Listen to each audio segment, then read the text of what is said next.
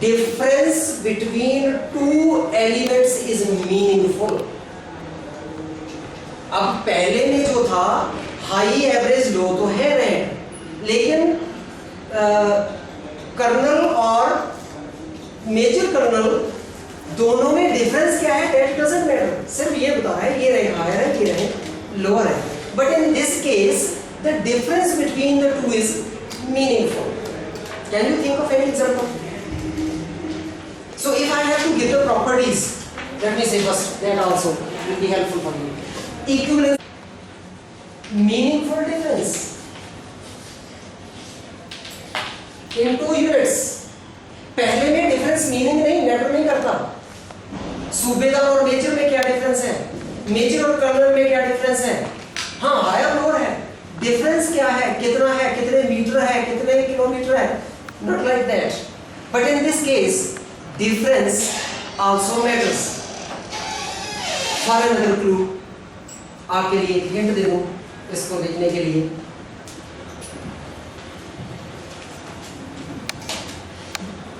There is a linear relationship between two scales. अगर इसमें दो scales ले हम, एक है suppose Lx and I'm saying it is a scale. I'm saying Ax it is another scale. So Lx is equal to Ax plus B means two scales are related to each other by some linear relation. I'm comfortable being the commerce students who understand what linear relation is. So इसमें clue आपके लिए हो गया कि दो different जो scales हैं उनमें एक लीनियर रिलेशनशिप रहेगा. Can got some idea? या एक क्लू और दे दूं, last clue.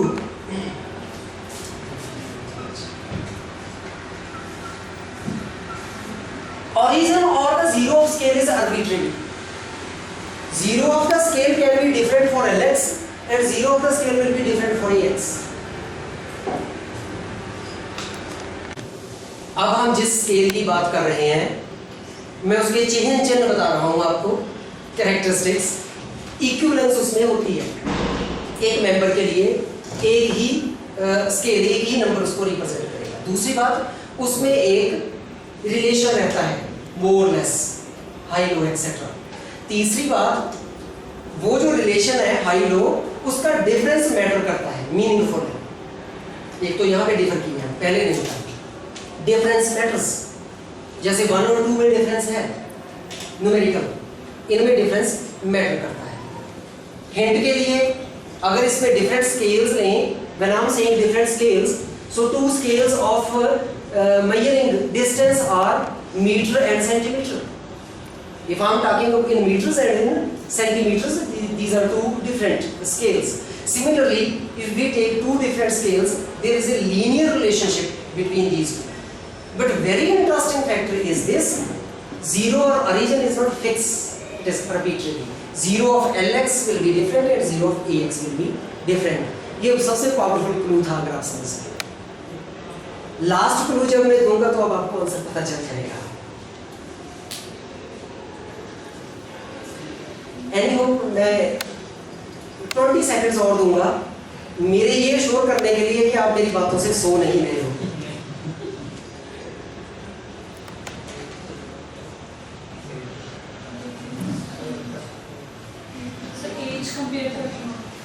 But zero of the A's will be same in all. Sir, if we compare the rank of students, rank of students will also be starting from some zero level. That zero level will be same, whether it is the grading system or the percentage system or anything else. Income expenditure relations. sir, take up the example of salary. Income expenditure. No, salary is not a basically scale. Can we take example of temperature? Yes, very good. A big hand for the person. May I know your name, please? Shashi. Congrats, Shashi. Thank you very much. Now think about this. Two scales of temperature. One temperature means one heat, feeling of heat. And higher low means. पता है हम शिमला में क्यों बैठे हैं? क्योंकि आज पटियाला में बैठे होते तो बात कुछ और होती. टेम्परेचर कम और ज़्यादा मैटर करता है. और उसमें जो डिफरेंस 25 और 35, 35 और 45 में वो भी मैटर करता है, डिफरेंस मैटर करता है। और स्केल्स दो हैं जो सेंटीग्रेड एंड फॉरेनहीट, दोनों में एक लीनियर रिलेशनशिप है। F = 9/5C + 32 लीनियर रिलेशनशिप हो गया ना। अब सेंटीग्रेड या फॉरेनहीट को मैं LX से नहीं एक्स बोल रहा हूँ, so there is a linear relationship. And if I have to talk about zero, centigrade का जो जीरो है वो जीरो पे है, फॉरेनहीट पे जीरो पे वैल्यू क्या आती है उसकी, सेंटीग्रेड जीरो पे फॉरेनहीट कितना होता है 32, मींस उसकी जीरो कहीं और है। और फॉरेनहीट का जो जीरो है उस पे सेंटीग्रेड कितना होता है -18, मींस जीरो इज आर्बिट्रेरी, एक स्केल में जीरो कहीं और है, दूसरे स्केल में जीरो कहीं और है। So it is the third interval scale. अब इंटरवल स्केल जो है it is truly A quantitative scale. अब यहां से हमारा क्वांटिटेटिव स्टार्ट हुआ, एग्जैक्ट। मैं जब क्वांटिटेटिव बोल रहा हूं तो आपने बेसिक ऑपरेशन और नंबर्स पढ़े हुए हैं। नंबर्स पे जो बेसिक ऑपरेशंस लगते हैं, equivalence, additivity, commutative, distributive, laws etcetera etcetera etcetera, all are applicable to all words. Quantitative. So now we have started towards quantitative. अब अगर इसमें हमें एनालाइज करना है तो अब मुझे इसमें मीन में कोई दिक्कत नहीं है। अब मुझे मीन में कोई इतराज नहीं है, इसका मीन हो सकता है। और दूसरी बात इसमें पैरामीट्रिक स्टैटिस्टिक्स होगी। मैंने just I assume it that you are aware of parametric and non parametric, क्योंकि 3 दिन से चल रहा है, ये बात हो चुकी है और I need to spend some 3-4 minutes on it. So we can spend a We are in requirement. Yes.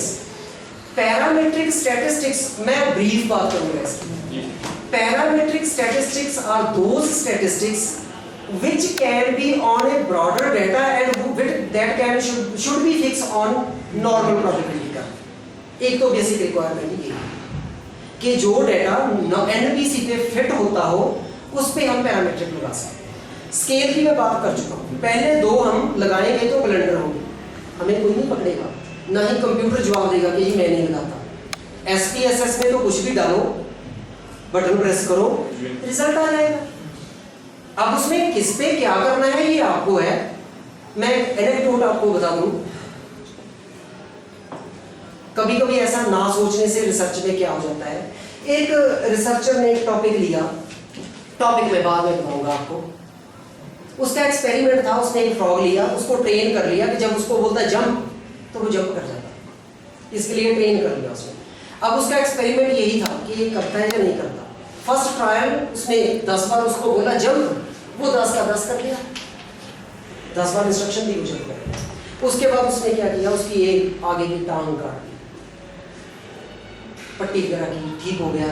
तो एक हफ्ते बाद दोबारा फिर एक्सपेरिमेंट रिपीट किया, अब फिर वो उसको बोलता जंप तो वो जंप करता, लेकिन इस बार क्या हुआ, वो 10 के 10 बार नहीं कर पाया, थोड़ा कम रह गया। इसके बाद उसने क्या किया, अब एक पीछे की टांग काट दी, फिर एक्सपेरिमेंट रिपीट किया, अब वो हार्डली 5 बार और कम हो गया, 5 out of 10 successful trials I am seeing it experimental research में।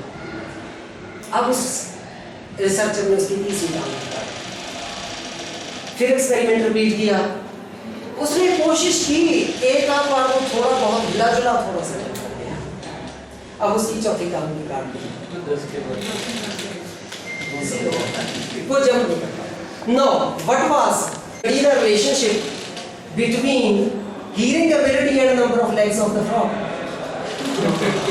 इससे उसने कंक्लूड क्या किया, जैसे जैसे फ्रॉग की टांगें कम होती जाती है उसकी हीयरिंग एबिलिटी कम होती जाती है।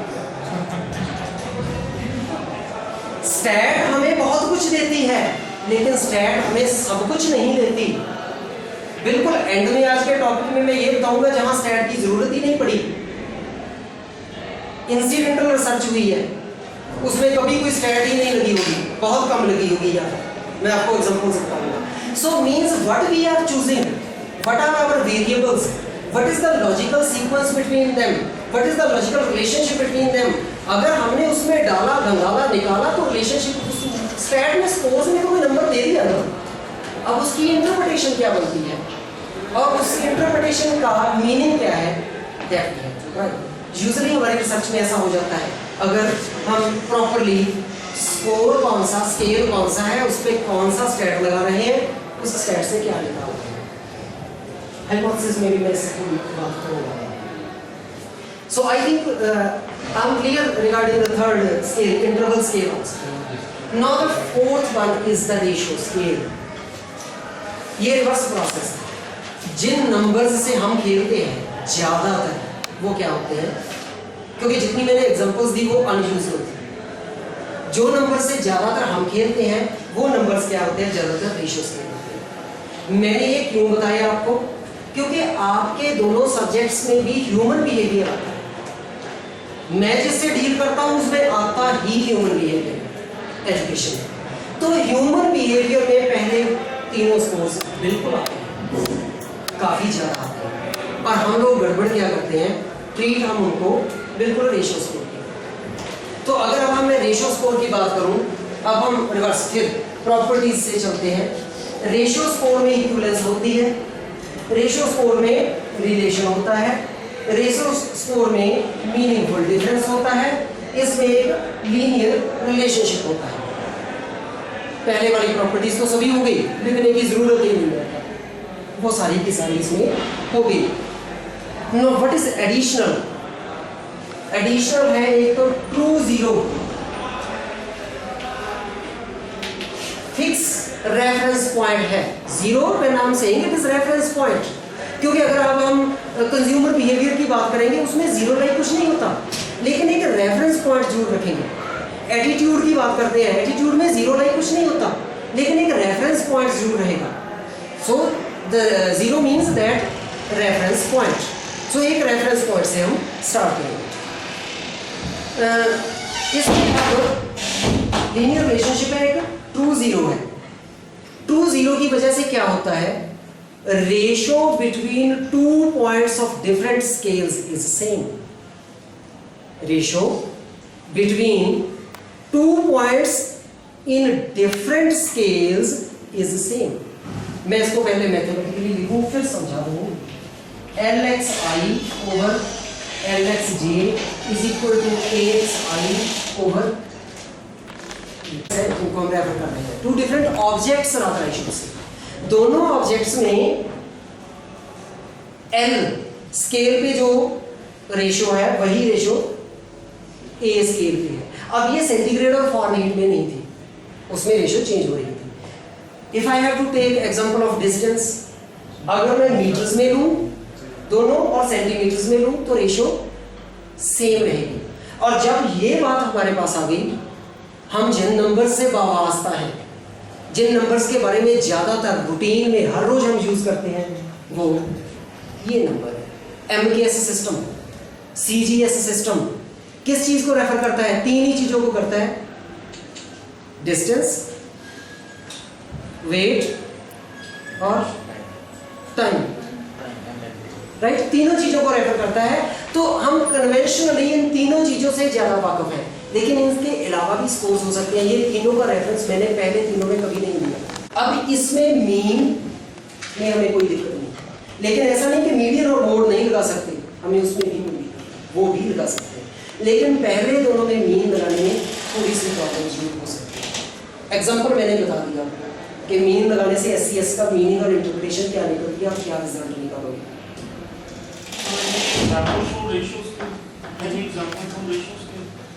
एनी स्कोर, हम weight measurement, speed measurement, all are in ratios. And now when we will be having the score on some tool, I think I'm clear when I'm saying tool, research tool, measurement tool, जब हम लगा रहे हैं उसमें जो score आ रहा है वो कौन सा स्कोर है, हमारे ब्रांचेस में हमें बहुत ध्यान देना पड़ेगा। अगर बिहेवियरल है हमारा एस्पेक्ट, तो वो स्कोर जो निकल रहा है नंबर तो न्यूमेरिकल ही आएगा, नंबर तो न्यूमेरिकल ही रहेगा, लेकिन स्कोर कौन सा है वो हम ट्रीट कैसे कर सकते हैं, उसकी बेसिक कैरेक्टरिस्टिक्स क्या क्या है, उससे हम बेसिकल स्टैट डिसाइड कर पाएंगे कि क्या है, अदरवाइज रिजल्ट कैसे होंगे एक एनेक्डोट मैंने बता दिया।